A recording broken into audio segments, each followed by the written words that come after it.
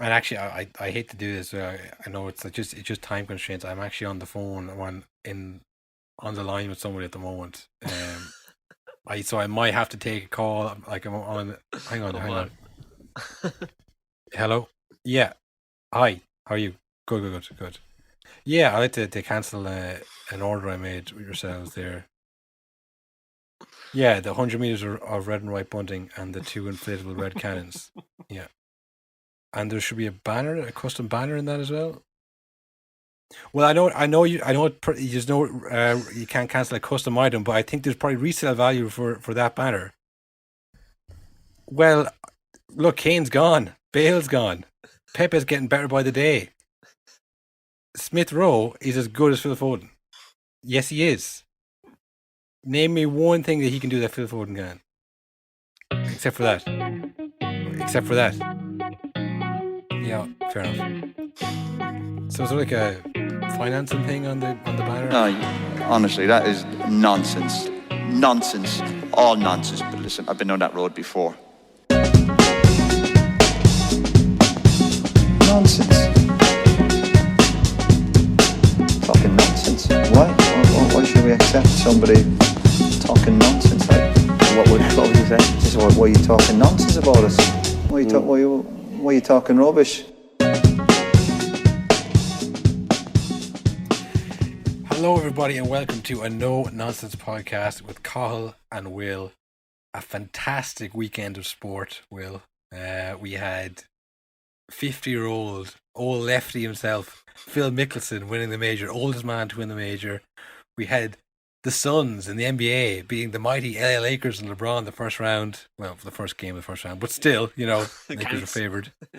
You had Lille, you had Sporting, Atletico Madrid, all winning the leagues, 10 years plus, some of them 7 years for Atletico Madrid. But, the underdog story. And, of course, we had Chelsea, the desperate runners-up in the FA Cup final to Leicester City, finally taking revenge. They did Fairy tale stuff. It took them 9 months, but they got there. 250 million spent in the summer, and they just got in at the last second. Yeah, I think the Premier League missed the memo on the fairy tale weekend because literally everywhere else you looked, there was underdog stories. Yeah, it was the end of all the fairy tales this weekend. Come from behind wins, and then the Premier League decided that they'd have Man City, Man United, Liverpool, and Chelsea as the top four. There was one underdog story. I don't know if you caught it. One fairy tale. Me correctly predicting Liverpool top four and Newcastle to stay up back in February.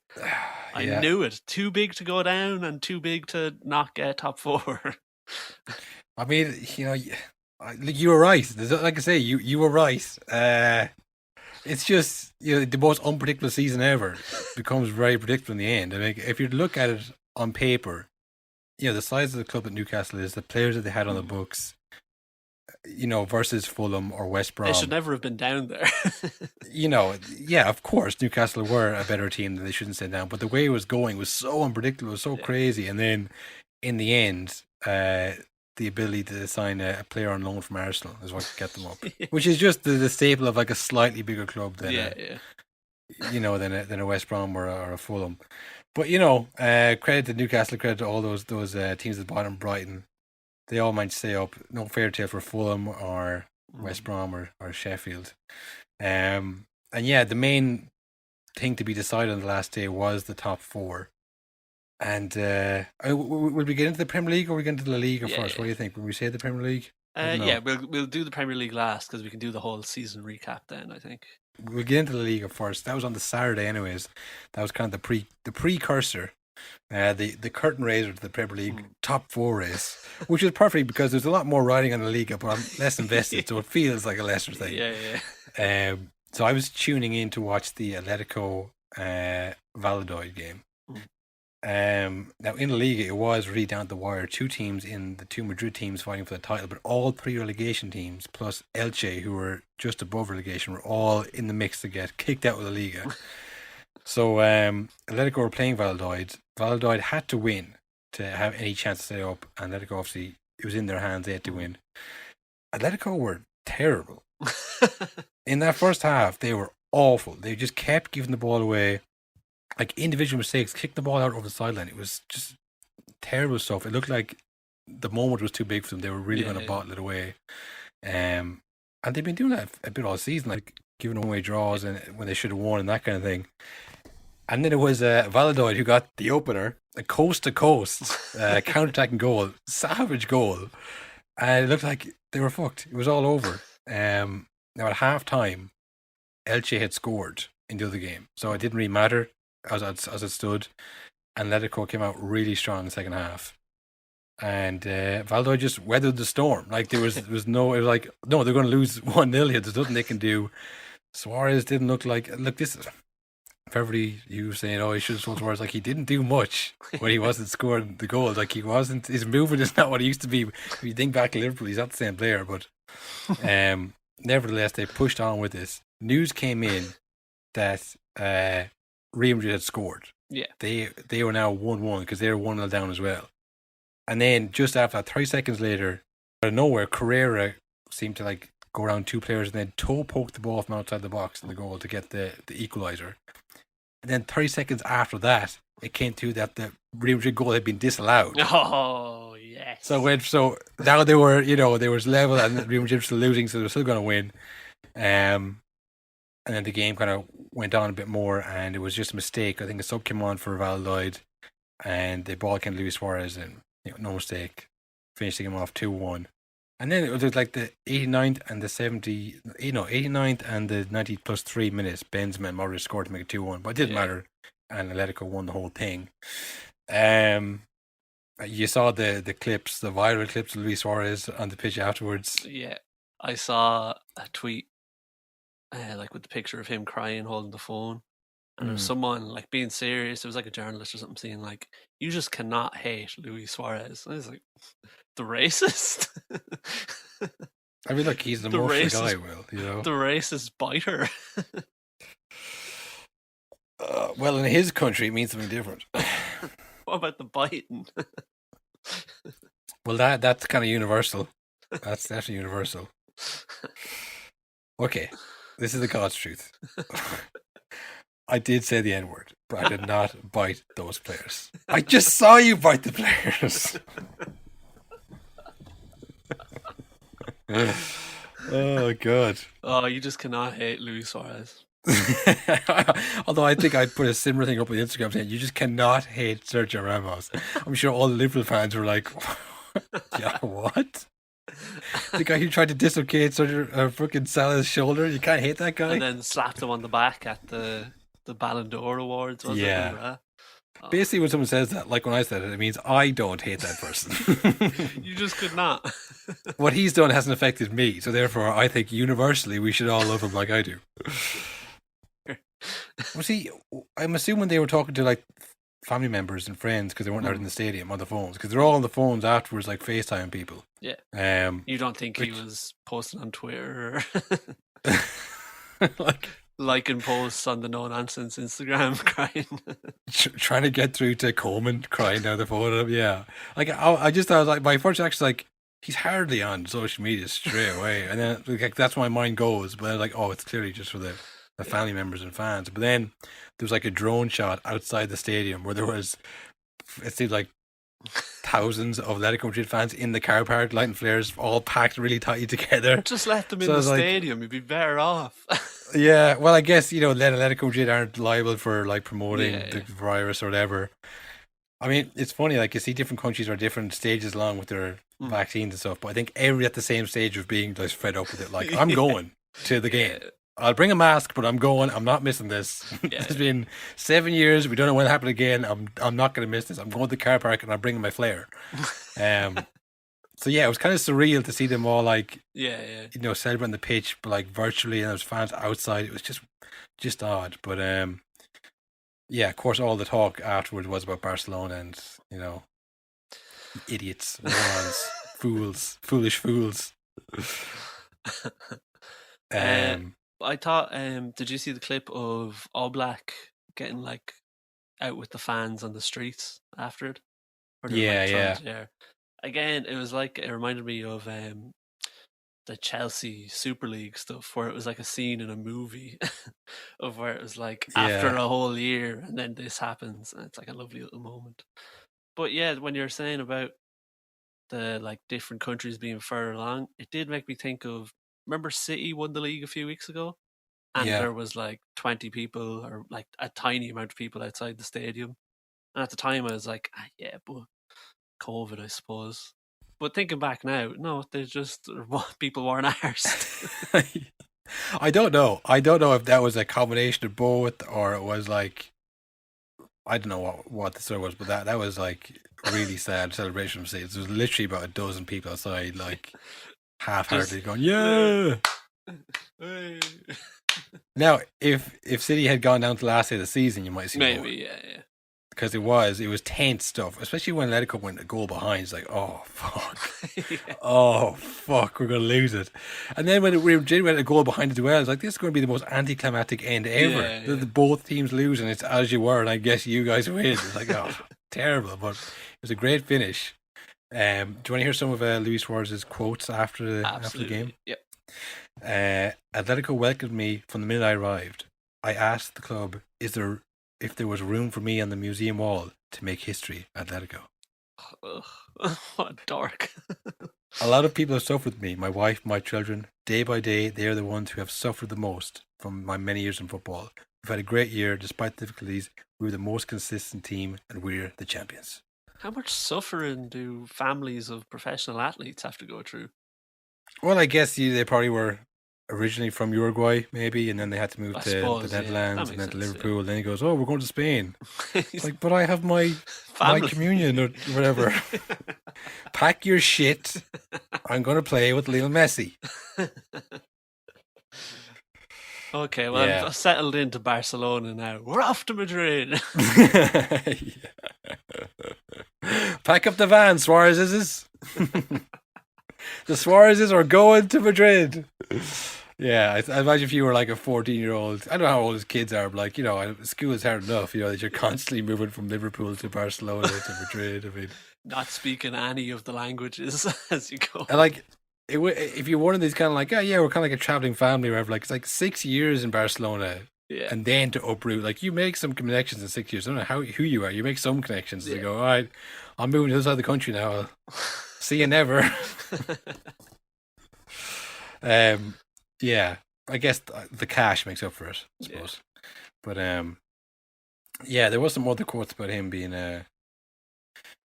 looked down on at Barcelona, which it in hindsight, obviously, it seems like a really dumb move. Yeah. And I was looking at this. Do you remember last summer were Barcelona linked heavily with the striker at any point that fell through? The only player I remember them being strongly linked with was Memphis Depay because Koeman wanted him. That was it, though. I don't remember anyone else. I guess because I was looking at like they didn't replace Suarez. Like he scored 60 goals for them in the league last season, and then didn't replace him. Yeah, so obviously this was because like seemingly, I remember the time when he came in, it was all about because Messi asked for the transfer request, didn't he? So I'm sure when Koeman was taking the job, people were saying, "Listen, whatever you do, don't upset Messi because he kind of runs the show over there." And he went, "Fuck that." Yeah. So I'm going to lay on a marker. I'm going to sell your best friend Suarez. Yeah. And we've won before you. We'll win after you, Messi. Just so you know. I think it's kind of like a bit of dick swinging from Koeman to sell Suarez initially. But I look at the stats. They had the best goal difference Barcelona in the league this year, and they've scored the most goals. But they've conceded as many goals as fifth place Real Sociedad. So I don't think it was the goals they missed. I think it was more their shaky defense / midfield is where the real issues lie.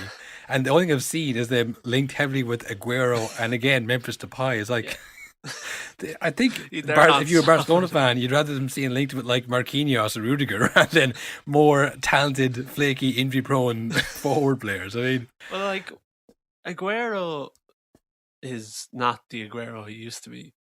Memphis Depay has gone good, but like he's unproven kind of because he's good in the French league, but anyone kind of can be sometimes. So that I don't know about either of those two signings. They both seem like bad ideas. Yeah, like Messi's got his 5th Golden Boot in a row for them, and it's easy to say if you add in Suarez's 21 goals this year. Personally, I think a lot of those goals were fueled by spite. So exactly, yeah. And plus, you add him in with the team with Griezmann. Does Griezmann scores many goals? He scored, I think, 12 goals and 13 assists, something like that. So, I mean, even if you say he's going to get the 16 goals he got a season ago for Barcelona, the defence was still poor. Yeah. The midfield, they brought in Pjanic, who barely played. I mean, it's just some strange signings for them. Got rid of Artur. They got rid of Vidal, who won the league with Inter. Got rid of Rakitic, who got 4th place with Sevilla. And he scored a goal against Real Madrid there a couple of weeks ago to basically stop them winning the league. So it's like, I suppose when you look at it, this is the team, of, say, Vidal and Rakitic and Artur, the lads they sold, and Suarez too, to an extent. That was a team that lost to Roma after being up, that lost to Liverpool after being up. They got hammered by Bayern. It probably needed a bit of a shake-up anyways. Yeah. I think combined with Koeman, like, not wanting to be big dogged by Messi, he wanted to show how tough he was by selling his best friend. It just kind of culminated in really bad transfer policy. Yeah. And that seems to continue as well. Doesn't look like that's changing. No, I think they were obviously trying to, like they brought in a few players like Dest and Trincao, younger lads who I suppose they probably think that they can shape in the Barcelona mold and create a new team, and that's what they do best. That is the best Barcelona teams are the kind of young lads that start there, and then you buy in a couple of extra stars on top of it, and they probably do need a bit of a rebuild. And it's hard to think that they're in a rebuilding mode, but they have won 2 of the last 4 leagues, so I mean, it probably does need a bit of a shake up all the same. But it just looks bad when Suarez wins it for the other team that you sold him to. Yeah. Although that said, I think there is some good news for Barcelona. The 6 million they sold him for goes up to 12 million because he won the league. So every cloud, everyone wins.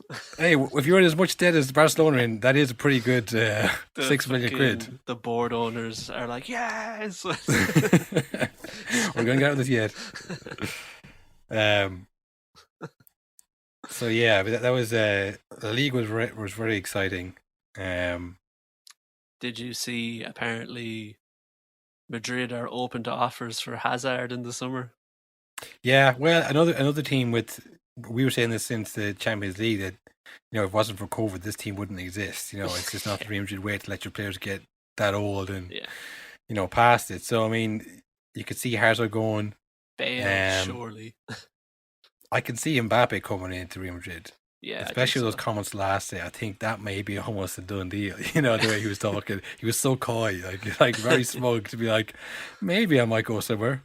Although maybe not. I don't know. I'm just spitballing here. I don't know. Yeah. It'd be nice though.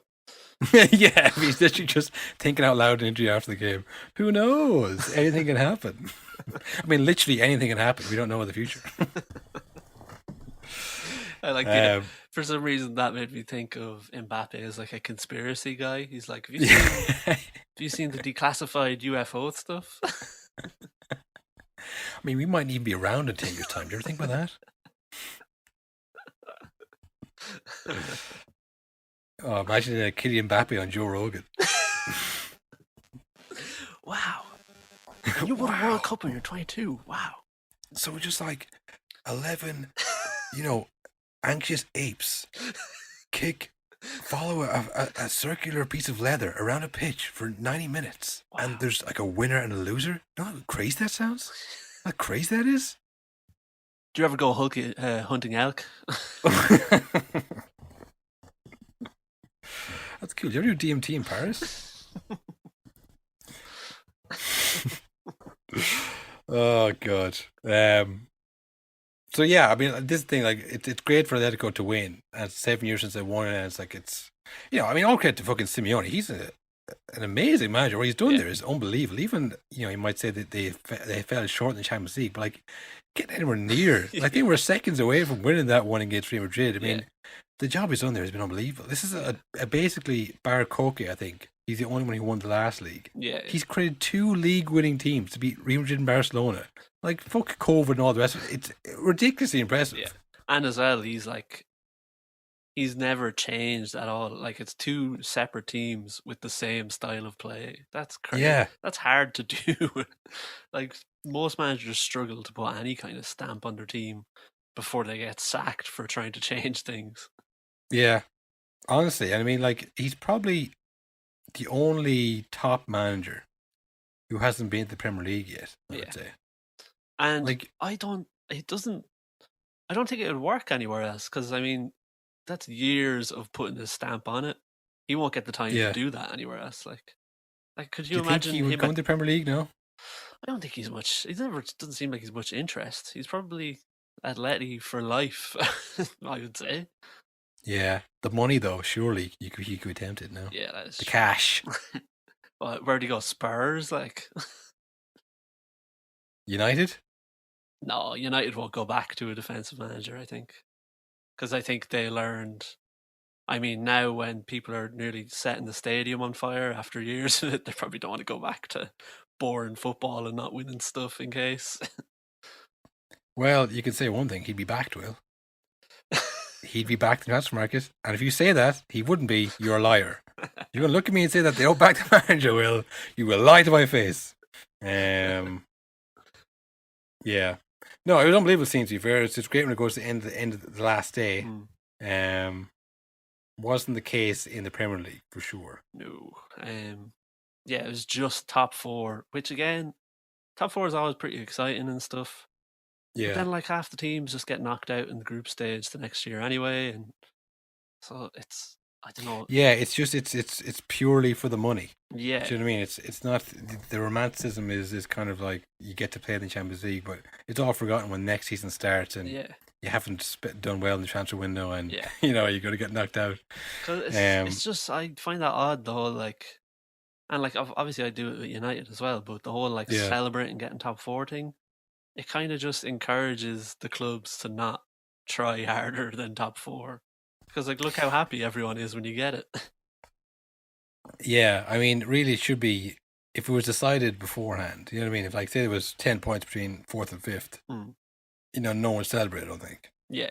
No one would be saying this is a great season. I think it's just like that last kind of push, like Liverpool to get third place. Yeah, that's crazy. It reminds you when Arsenal got second that time. Leicester was like, what are they doing there? What the fuck are they doing there? Like, you know, it made no sense from the season they've been having. So for them, it was great. I mean, it was a tough season for a lot of them, like for someone like Alisson as well. Yeah. And it's a tough season when tragedy happens to try and keep it going. And he's a big player for them. So, and like they didn't have their captain or their vice captain; they were both gone. Henderson and Van Dijk gone for like the whole season. And I think as well when you win the title the year previous, like, once the title goes, and like we're saying, City were so good and so relentless and Champions elect for so long, like you're thinking, like, we're not going to win it, we're not going to retain the title. Like, don't give me this kind of bullshit about like, the next game, the good season. It's a failure of a season, because last season we set the standards of winning it, so this season we failed. We've been worse. Like we have been worse. There's no sugarcoating it. So, you know, once that kind of sinks in, plus the injuries, plus the general fatigue of playing for the last 3 years in that system, and you know, a limited enough squad in terms of the depth they have. And then the club outing themselves as evil billionaires who don't care about Liverpool. Yeah, there's so much going on. So I think, you know, it is a kind of a good achievement, kind of a, you know, it's surprising that they managed to pull out the bag, really, rather than, you know, a fantastic achievement footballing wise, you know. Because, you know, like the Mane and Firmino didn't have good seasons, and, you know, Salah had the same service as them, and he was almost a golden boot. So some of them did have bad seasons individually. The whole thing was kind of off. I think it was probably just the morale was low when they were, you know, losing all those games at home. To get out of that funk and finish in third is pretty impressive for them. They won the last day, and Chelsea and Leicester then were the other two. As I predicted, would be the only ones in the toss up. Chelsea lost, so all Leicester had to do was win. Now you might say all Leicester had to do was win against Newcastle 2 weeks previous when they lost 4-2, which would have been an easier game to win. But you know, man, we had said before, it's going to be tough for the Leicester players to like bounce back if they don't get that 2 years in a row. Yeah. Do you think the FA Cup was enough to keep them going? Yeah, it sucks because, like you're saying, I thought the FA Cup was usually at the end of the season. It is. I mean, it's probably because it's... I think they moved the Premier League games forward further, but they didn't move the FA Cup final, I think is what happened. Yeah, because it's normally the wrap up of the season. Because it's like, okay, the league is done. Now you can focus on this. Rather than being like, we've no time to celebrate. We play Chelsea tomorrow, and if we lose, we're out of top 4. Yeah, because that's what happened. That's what I was getting at. Like, it's so shit that you have the FA Cup. Like, oh no, lads, hang on because we have a game to go on. So like now they've lost the games. They don't get top 4. Like, do we celebrate the FA Cup now? Yeah. No, I don't think we will. I think we all just go home to our individual houses and speak to our agents. Like it's a real for actually win the FA Cup. And like it's no mean feat. Like every other team didn't do it. So I mean, to say that it's a meaningless trophy at the end, it's like, well, it's not because you won it, but you can't celebrate it because you've ultimately failed in the league. And the second year in a row compounds it. It is pretty harsh on them. Yeah. And look, it's hard to say they blew us. I know it looks that way. Riddled with injuries as well. Like, it's just their team doesn't have the same depth. Like we're saying, it's United, City, Liverpool, and Chelsea, the richest teams with the best resources. It's like Chelsea, the Leicester players just were a bit more knackered. Their backups were just not as good as the Chelsea backups. It's just that those percentages that cost them, and that's when that goal, the third goal to make it 3-2. They just completely collapsed. Yeah, their spirit. I've never seen a team spirit broken more. Like Bale, just like as if he was walking up the 18th. Just walked through that defense, and they just couldn't even get near him. And it was just, oh no, they didn't deserve 4-2. They didn't deserve to lose like that. Yeah, just have Gareth Bale score a brace to end your year. That's not fair, man. Yeah, and Harry Kane getting the golden boot at the club he doesn't even want to be at anymore in the last day. Yeah, I mean Harry Kane with the golden boot and the assist. Yeah, the first player award, ever. Playmaker award. Apparently, I don't remember people getting things for that. That makes sense. Assists have become a lot more stylish in the last 6 years, I would say. Yeah, because before it was just passing.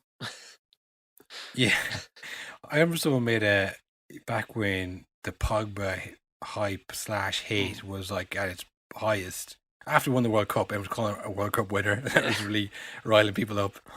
And I think he had like 6 or 7 assists for United. And someone made a compilation of all the assists. Do you remember that?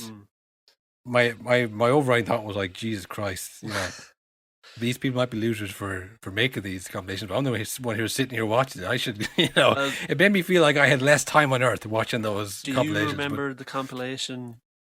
Imagine if Pogba had scored these goals. Did you ever see that one? No. Oh wow. It was like his first season at United, and it was like all the chances he missed, but they were like volleys and stuff like that. It had got to an insane level of coverage for Pogba there. Yeah. Literally, it was just like, what's the point of any of this? You know what I mean?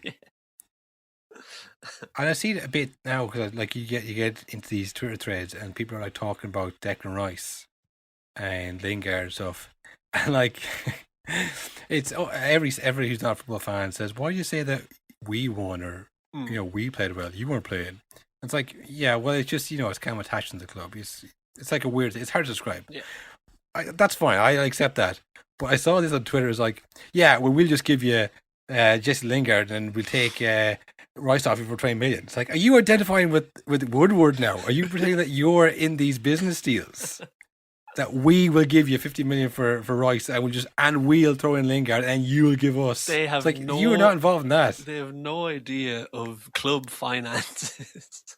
Like you could say we played well because you were able to watch the game. Yeah. I'll give you that. I'll allow that. But you can't say, yeah, we'll just give you 20 million plus Lingard. We'll throw in Lingard. As if the board are doing that. As if they're like, yeah, just give him Lingard. No. Massive, long process for every deal, I'd say.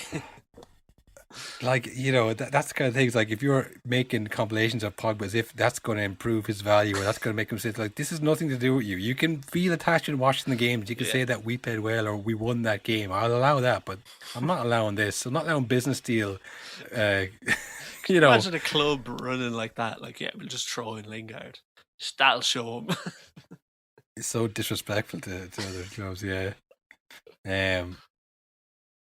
So, yeah, what were we talking about there now? We got to talk about Pogba compilations from 6 years ago. We're talking about Leicester, I believe. I think.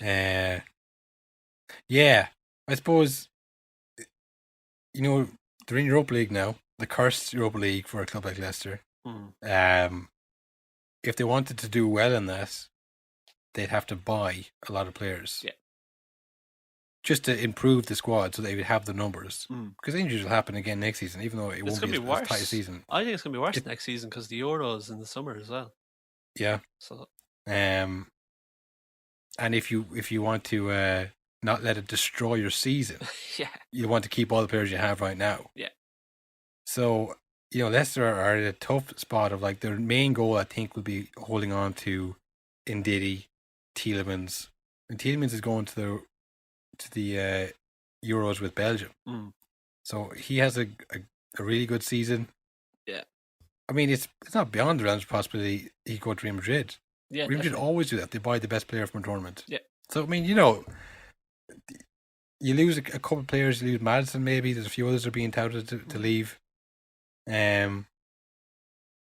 know, and if you don't get to sign more players to kind of bolster the squad for Europa League, it could be bad news for them. Yeah. I mean, they managed fairly well this season by being Europa League, but they got knocked out, the quarterfinal stage? Kind of shockingly. Slavia, yeah. I would imagine they were resting players in that game, though. I can't remember, but... Yeah. So, yeah, it's hard to not feel sorry for Leicester and for Brendan Rodgers. Yeah. Because it's just... This one seemed much less like their fault compared to last year, where it was 100% their fault. I don't know. I just think it's always like, you know, because we associate bottling with, like, bottling the league. Yeah. You can't really bottle. Like, when you fall short because, you know, you have less resources than the team, like, it's just the way the league is set up, that's exactly how it's meant to go. Yeah. The big teams are meant to get the qualification. Like Leicester and West Ham and even Spurs to an extent, like, you had no business being there. You know what I mean? Like, this is exactly how it's meant to go. Yeah. So, yeah, it's easy to say, oh, they bottled it and this was their fault and that wasn't. But, like, it's just the reality for a team like Leicester, unless you're going to pay huge wages and trying to compete with Leicester or with City and Chelsea and United in terms of wages and transfers, it's hard to see them making that jump. You know what I mean? And, like, you can look at Atletico and say that was a, you know, but that's Diego Simeone and the entire culture he's brought to, and the ruthlessness he has even with his own players in terms of, like, letting them go and not hold on to them. You know, you had to feel sorry for Leicester, but I suppose credit to Chelsea managing to lose that game to still qualify. Not exactly want to go into a Champions League final, is it? I don't think we talked about it, but did you see the day after the FA Cup final, the Chelsea women's team got hammered in the Champions League final by Barcelona? Oh, it's Barcelona, yeah. So there's a lot of loss happening coming up to the biggest game of their season. Yeah. And of course, so the way it shakes out is West Ham and Leicester are in the Europa League. Mm-hmm. What do you think West Ham would be pretty happy with? Yeah, they'd be buzzing. If you told them that at the start of the season, they'd be buzzing, like. Because I'm pretty sure, I might be remembering things wrong, but were they not, like, relegation candidates at the start of the season, like, coming in? Or was it last year? This season. Maybe that was last year, perhaps. I think that's when they brought David Moyes back in. Yeah, it wasn't too long ago where they were, like, in turmoil, I think. I think he stayed the ship very well last season. I remember Antonio scored like 4 goals on the last day, but I don't think that was to keep them up or anything. I think they were fairly safe, and then this year they kind of kicked on. Yeah. So yeah, they're Europa League, Leicester Europa League, and Tottenham Hotspur in the conference Europa Conference League. Yuck. After their win against Leicester. Against Leicester. And with all their players leaving, that might be the perfect competition for them. I mean, Kane once again was like hugging people and shaking hands with people, very much kind of signaling he's a on the way out. And we just talked about it there, but unreal that he got top scorer and top assists, like the first player to do it. That is not a player you want to lose then, though, if he's also the top goals and assists at your team. Yeah, I mean... That's a lot of stuff you have to replace. That's like 2 players' worth of things. If they get the 200 million for him, well, that'll go a long way. Yeah. Well, again, it depends how they spend it, though. Like, remember the Bale 7, that thing? Yeah, the famous Bale 7. Who are all gone and Bale is now back. Yeah. Well, for now. Bale comes after the game, made it look like he wasn't going to stick around. He said something, I won't say it now because it'll only cause chaos. But I know what I'm going to do, but I'll say it after the Euros. Retire. So people are thinking, does that mean he's going to retire? Yeah. I don't think anything he could say would cause chaos unless it was like a slur or something.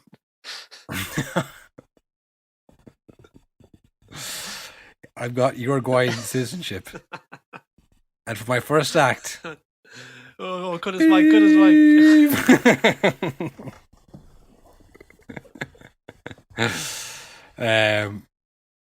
Yeah, so he was kind of, again, weirdly coy on it. Seemed like he had something up his sleeve. Did you see the record he broke?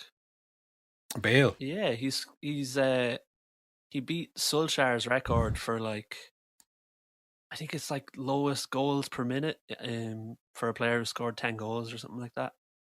I did see that. Yeah, he had the best goals to minute ratio. That was like a couple of weeks ago. And he scored obviously another 2. Was he off the bench there again the last day? Yeah, he was came off the bench and scored 2. So. Still working his way back to fitness, is he? Still just trying to get back for the Euros. I mean, Lingard was back the first game. He had played for much longer than Bale had played, so I don't buy that at all. I think he's just, When is the England Euros team out, I wonder? I'd say, I don't know, but I'd say they're probably waiting until after the Champions League final because there's so many players playing it. Pick all the winners. Like, what if you heard like Mason Mount, like the day before the Champions League final, not making the team, which could happen. Maybe unfair. There's a few others like Mason Mount and Chilwell. Foden, Reece James, another one. Yeah. You're picking all Chelsea players, oddly. Well, who are the English City players? Stones, Stonesy, Walker, yeah. That's it, is it? But there's enough that it would put a team off finally if you called. You know what they should do? They should put up the team, but have question marks for some of the names. Just put asterisks and don't explain it. Yeah. Just like, why is there asterisks beside my name? All don't worry about Mason. Mason. Just go out there and play. Yeah. Put a Zodiac code up there beside all the players' names. A different symbol for every player. What's this mean? Yeah, so I think they're waiting for that. I don't know. They could do it the day before, and I could totally balk this, and they just like the day before release it. But you might have just accidentally gotten onto a big story that's about to happen. Yeah. Imagine that, preemptively saying it on the pod. So yeah, that was the end of the a very long season. I feel like I've been watching the Premier League every day for 2 years. Yeah. That's what it feels like. I'm almost kind of glad it's over. I will say on the last day, one of the thoughts was, what was the guy who signed for West Brom, the striker? Njaye. He really left himself a lot to do to get his 14 goals that you thought he'd get for this season. No. That was Josh Madge from the Sunderland Until I Die documentary. Yeah, I think he got 2, and then I said he'd get 12 in total, and I don't think he scored another one. Another no-nonsense curse. Yeah, well, that was much Fulham being, unable to score goals. This feels like, I don't know about you, but I think from doing the pod, the way sometimes you hear people talking about old leagues or like things that happened, you're like, how do you remember that? I think if anyone needs any trivia on this season, come to me or you, because I know too much about what's happening. Yeah, so much useless information in my head. I remember specific results and why they mattered that happened in like February. Yeah, I will, like Everton were going for that Europa League spot, and I can remember them losing to Fulham 2-1 at home. Yeah. Like, imagine bringing that up in conversation casually. I don't know any Everton fans. or Fulham fans. And you can't get rid of Just that. like, That's just... And do you remember when they lost there 2-1 to Fulham at home? Josh Maja scored the 2. The guy from the Sunderland documentary. He was on track to score 14, I thought. Did you see that? Did you see You that did. last You didn't. February? Oh. Yeah. So I suppose we could go do like a little a roundup with other leagues as well, I suppose, could we? Mm-hmm. Yep. Like you're saying, Lille won the first Ligue 1 for 10 years, 11 years actually. Back when they had Gervinho, remember him? Wow. Eden Hazard was on that team. Mathieu Debuchy, former Newcastle Arsenal, and Johan Gabay. It was a good team. Yeah, Liechtensteiner. That was the last team before PSG were taken over by their current owners. So they won the league this year with not the same star-studded squad. Burak Yilmaz for only his second time outside of the Turkish Super League. And look, we know what a competitive league that is, so it's no surprise he's done the business for Lille this year. He's 35 years of age. When I saw he scored, I thought, oh no, we don't need any more Turkish players doing well. He's going well. I mean, look, he's going. There's nothing Halil can do about that, you know. I think we had to accept that one. Halil's unlucky that the league finished early, so he doesn't get caught up in the whole final day just before the Euro stuff. He kind of fizzled out quietly. Yeah, I'm waiting with bated breath for that Turkish refined squad announcement. Who else they have? They had Renato Sanchez, remember him from Euro 2016, rolling back the years at 23 years of age. Jose Fonte at centre back, 37 years of age. Now he really was rolling back the years. I didn't know he had gone to I think he was at a championship club as well beforehand. Oh yeah. So he had fallen down a good bit before making his way back to Lille. Yeah. I think PSG won as well in the last day, but I think it was the same as Atletico Madrid. It was in their hands. So it didn't matter. In a real sign of the times, I don't know if I sent you this video. You know the way you always see videos of players celebrating in the dressing room with champagne, or they're singing their own songs and stuff like that? Yeah. Did you see the Lille players celebrating? No. It was so cool. They all had balaclavas on and were listening to some drill song, and were like, bro. It was savage. It looked like it was a music video. Damn. Yeah, no, fair play to them. Fair play to Lille. Yeah. I think that's only they were going for 5 in a row, PSG. Ooh. Monaco won in the meantime with Mbappe, I think. The key to that though, just buy Mbappe. That's the big club moves. Yeah. That fixes it. What else do we have then? In Italy, Juve snuck into that final Champions League spot thanks to a Napoli loss. So that might be enough to keep Ronaldo there. Well, I saw he won Player of the Year, Juventus' Player of the Year, and he was got the Golden Boot, which top scorer in the league for them for a while now. And he's doesn't seem like people are kind of talking as if he's kind of done or slowing down. He's not at all. Juventus were just shy. Yeah, I think what we were saying weeks back with him and Messi, it's just the standards that are so high. Yeah. They were both top scorer this year, and are they the problem? It's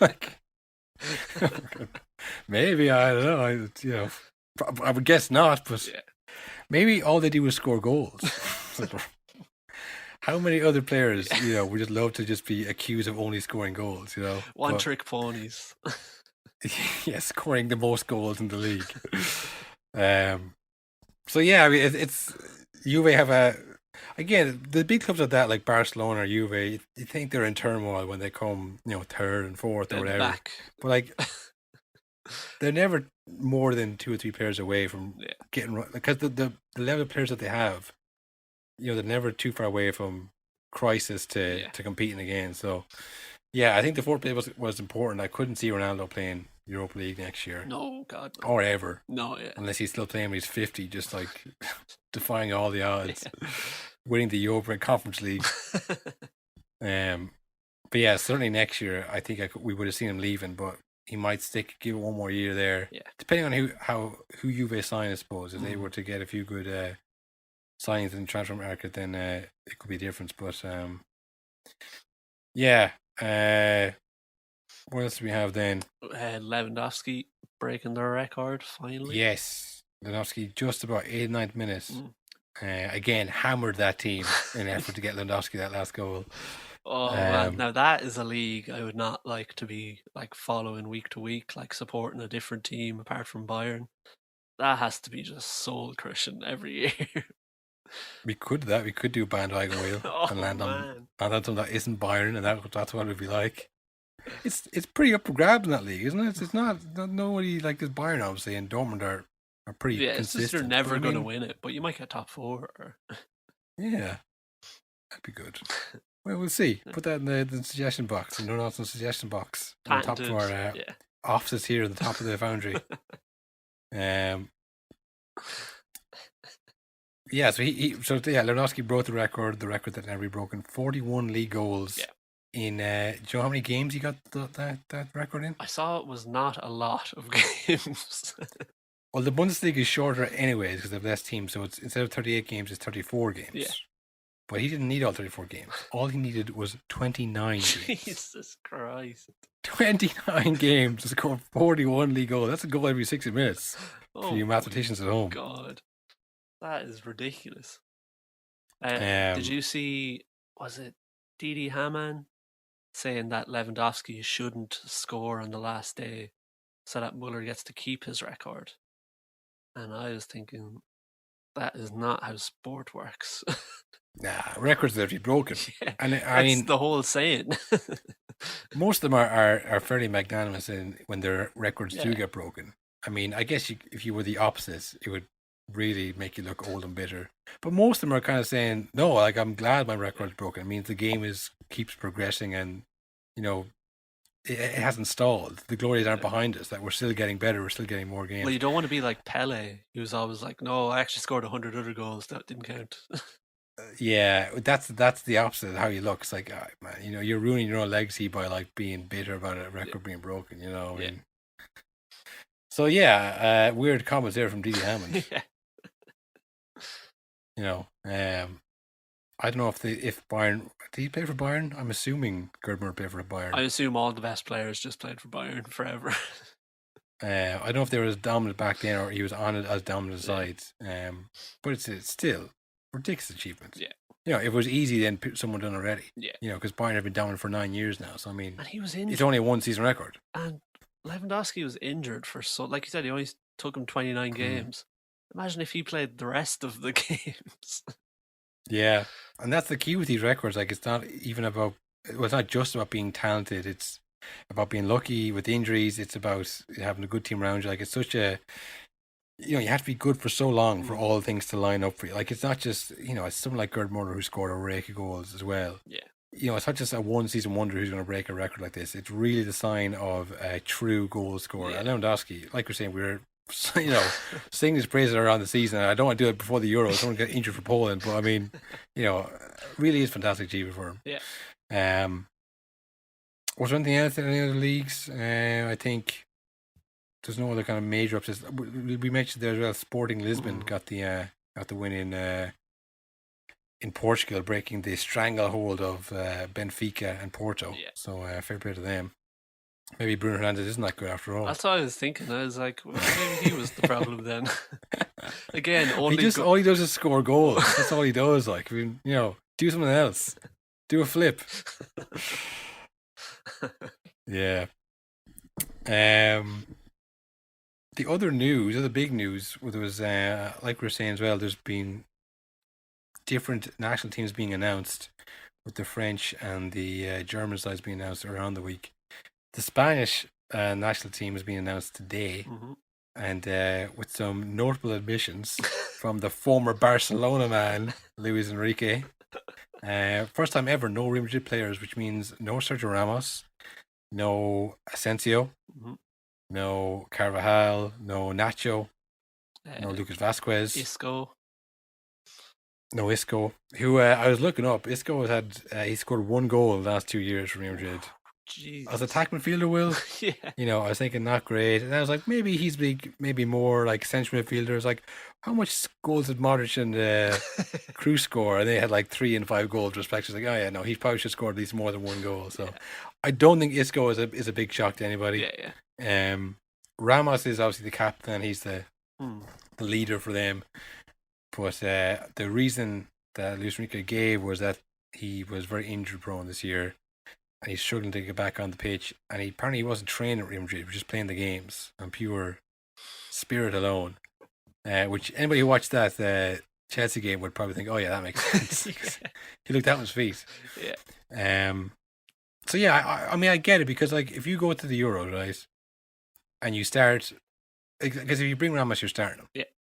So he starts first 2 games, and then maybe 50 minutes into the 3rd game of the group, he gets injured, and you go through, and now you're going to the last 16, having to start a different centre back pairing, and then you get knocked out because they're not playing together, and it's like, So if he's going in injured or not 100%, you're always playing that risk of like at some point he's going to get injured. We're going to put in somebody who hasn't played. Yeah. It's going to fuck everything up. So you're probably best to not bring him in that sense, but it's still a brave decision. Yeah, and I'd imagine he has a good bit of sway in the locker room. I'd imagine he's... Well, not if you don't bring any of his mates. Yeah. I wonder, I'd say when like PK or any of them got the news, they were like, oh, savage. Oh, yes. Yeah. Is PK, I think PK retired, did he? Did he? Probably. Did he? I remember thinking something else. That does sound familiar. I'm not sure. I think he retired after the last one, maybe. Where are we going? See if I can get that team up.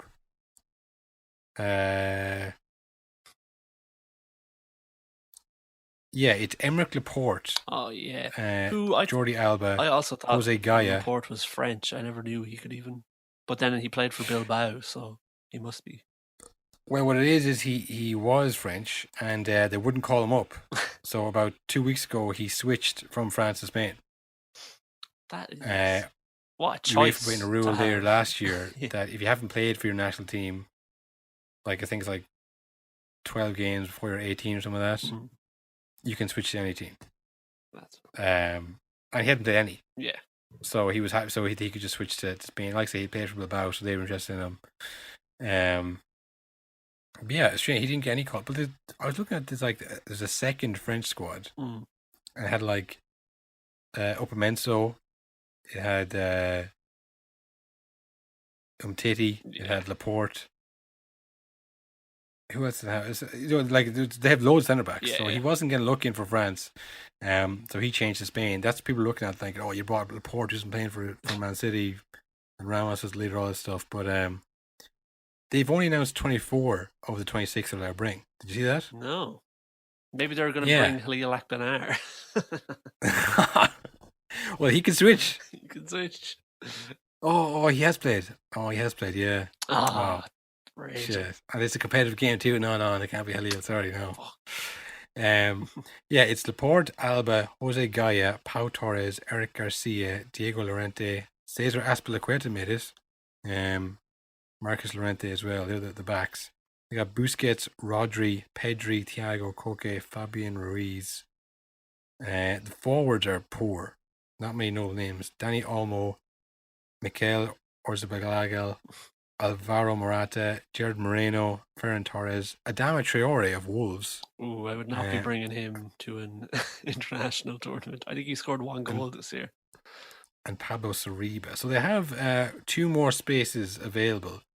I'm surprised to bring Asensio. Yeah. I don't know. I guess they just don't want to be dealing with Real Madrid. I don't know. Maybe that's what it is. Maybe they weren't too fond of the Madrid owner. What was his name? With his Florentino Perez. Maybe they weren't too fond of some of his comments. Yeah, who knows? I mean, he said it was nothing to do with that. Enrique said it had nothing to do with any club allegiances. It's just what I think is best for the team. I don't think they're going to win it anyways, even to bring Ramos. No, I don't think so. Not the team they were, but yeah, still 2 mystery spots open, which I can't wait to see who they go to. Was there any other news then, Will, that you were... News-wise, no, I don't think so. It was more kind of everything wrapping up nicely. Yeah. Like I was saying in the last episode, I have started the League, the Euro 2020 Fantasy League. Sorry. I have that up and running. That is live. I've already made a mistake because I put Asensio in my team because they have like all the players up and said, "Oh, this is all subject to change with the with teams being announced." I was like, Asensio's a safe bet and he's cheap. I'll put him in. So I have to change that already. I'm already behind, and the league hasn't started yet. I'm using the official app. There's a few other ones, like I think the Telegraph doing one, but I think that's the most popular one. So if people are doing fantasy leagues already, all they have to do is join our league. So we might get more people doing it that way. So we can put the link up in the description on the bio on Instagram. Yeah. You get it there. So yeah, anybody who wants to join the league, join now. Get your teams in. A no nonsense league. We could do a prize. That'd be a crack, anyways. And we'll give a little shout out. During the Euros, we'll have a little segment where we can update who's ahead in the league and stuff like that. Yeah. Keep the names kind of. I mean, if it's funny, don't just do it for the sake of being, blue. But if it's a funny rude name, we'll definitely read it out. But if it's just like, pussy tits, just like. I mean, if there's no discern, that is pretty funny actually. But if there's no discernible humor from it, you know what I mean? We you've just guaranteed. For the sake of everybody, you've guaranteed a league full of pussy tits FC. Pussy tits 1, pussy tits 2. Hang on, I gotta get pussy tits 1 before everyone else gets it. Before this goes out. It's pretty funny. Actually, forget the whole thing. Do everything you want. No, honestly, that is nonsense. Nonsense. All nonsense. But listen, I've been on that road before. Nonsense. Talking nonsense. Why should we accept somebody talking nonsense? Like, what would you say? Just why are you talking nonsense about us? Why are you talking rubbish?